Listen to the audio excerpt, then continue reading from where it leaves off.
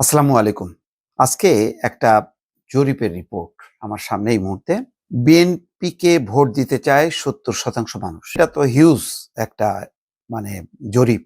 সম্ভবত তারেক রহমান ফেরার পর বেগম খালেদা জিয়ার মৃত্যু সব মিলায় একটা আবেগঘন পরিবেশ তৈরি হয়েছে।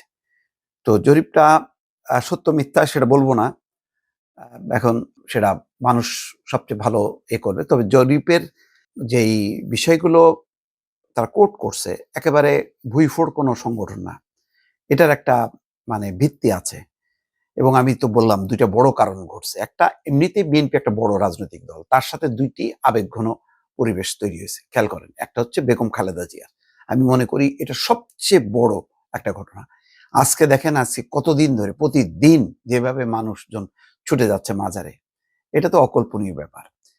আচ্ছা তারপরে পাশাপাশি হচ্ছে তারেক রহমানের আগমন। সেদিনও দেখেছেন মানুষের স্বতঃস্ফূর্ত আবেগ এবং মানুষ এখন ধরেই নিয়েছে যে বিএনপিকে বেগম খালেদা জিয়াউর রহমানকে প্রতিনিধিত্ব করছেন তারেক রহমান।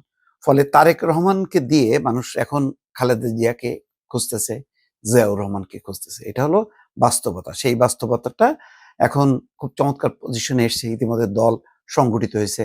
দলে যেভাবে মনে করা হচ্ছিল যে ৫০-৬০টা সিট দিয়ে দেবে, না ১৮টা দিছে। তার মানে ২৮০টা আসনে বিএনপি ফাইট করতেছে।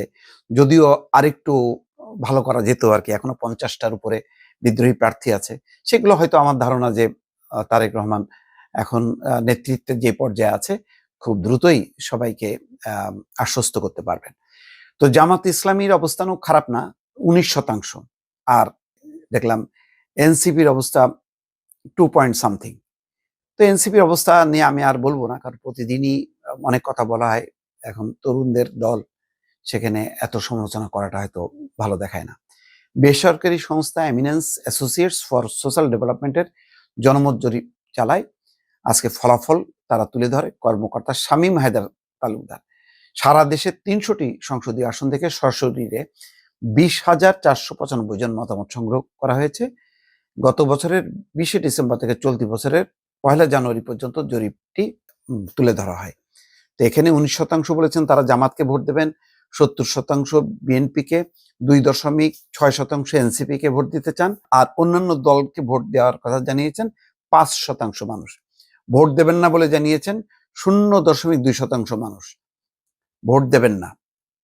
তো ভালো, ভোট দেবেন না পরিমাণটা কম। সবকিছু মিলায় এই ম জরিপটাও যে একদম চূড়ান্ত আমি বলব না। এটা টাইম টু টাইম এটা পরিবর্তন হবে।